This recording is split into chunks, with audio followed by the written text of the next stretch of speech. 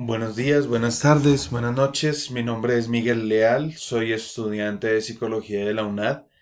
En este video voy a responder a la pregunta de qué manera los procesos de socialización política construyen la subjetividad política y tienen la capacidad de producir y reproducir escenarios de no violencia.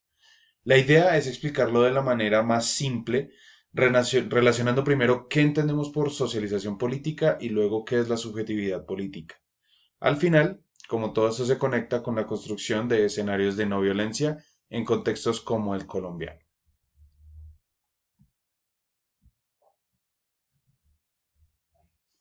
Listo. Aquí en la primera diapositiva podemos ver dos conceptos clave, la socialización política y la subjetividad política. Cuando hablamos de socialización política nos referimos a todo ese proceso por el cual vamos aprendiendo valores, creencias y maneras de participar en lo público. Eso pasa en la familia, en la escuela, en las organizaciones comunitarias, en los programas de protección, inclusive en los medios de comunicación. Por ejemplo, en el caso de jóvenes que han vivido el conflicto armado, se ha visto que no solo se socializan políticamente en la casa o en el colegio, sino también en el grupo armado y luego en los espacios de reintegración. En cada uno de esos lugares se aprenden formas distintas de ver la autoridad, la ley, la obediencia o la participación. El otro concepto de la diapositiva es la subjetividad política. Con esto nos referimos a cómo cada persona piensa, siente y narra lo político. ¿Qué idea tiene el poder del conflicto, de la ciudadanía, de la justicia, de la paz y cómo se ubica frente a todo esto? Esa subjetividad no aparece de la nada. Se va construyendo a partir de las experiencias de vida, de las historias familiares, de lo que hemos vivido en contextos de violencia de organización comunitaria. Es decir, es la manera particular en que cada quien le da sentido a lo político desde su propia historia o desde su punto de vista y su experiencia.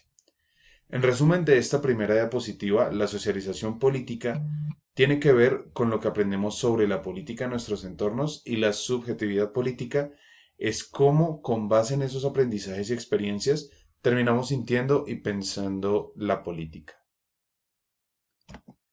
Ahora bien, en esta diapositiva es donde se conectan estos dos conceptos con la idea de escenarios de no violencia.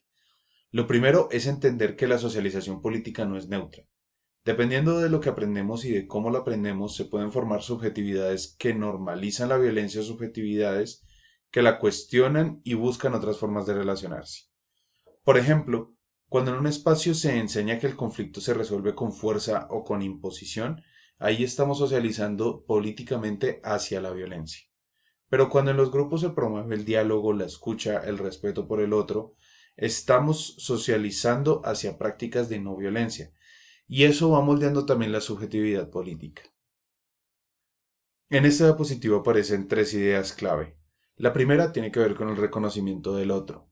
Cuando en una comunidad se trabaja memoria histórica, se escuchan las voces de las víctimas y se habla de derechos humanos.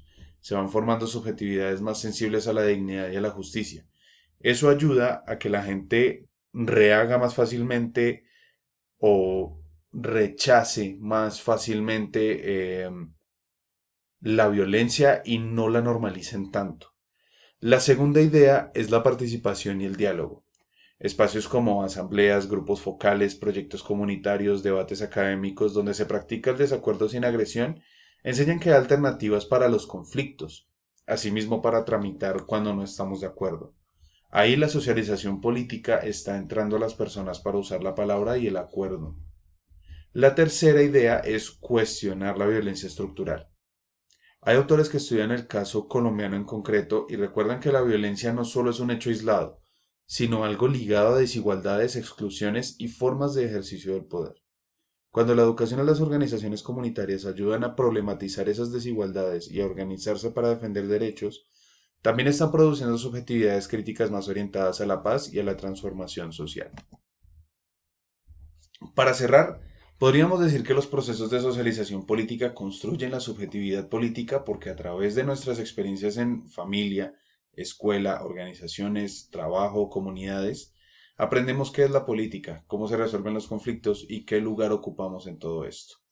Esos mismos procesos tienen la capacidad de producir y reproducir escenarios de no violencia, cuando nos enseñan a reconocer al otro como sujeto de derechos, cuando nos entrenan en el diálogo y la participación, y cuando nos invitan a cuestionar las formas de violencia que se han vuelto normales, entre comillas, en nuestro contexto. Desde la psicología política, esto nos muestra que la paz no depende solo de acuerdos firmados, sino también de lo que pasa día a día en los espacios donde socializamos todos. La familia, la escuela, el trabajo, organizaciones comunitarias, universidades, etc. Si ahí se promueven prácticas de respeto, solidaridad y resolución pacífica de conflictos, estamos contribuyendo a formar subjetividades políticas más comprometidas con escenarios de no violencia. Muchas gracias por su atención.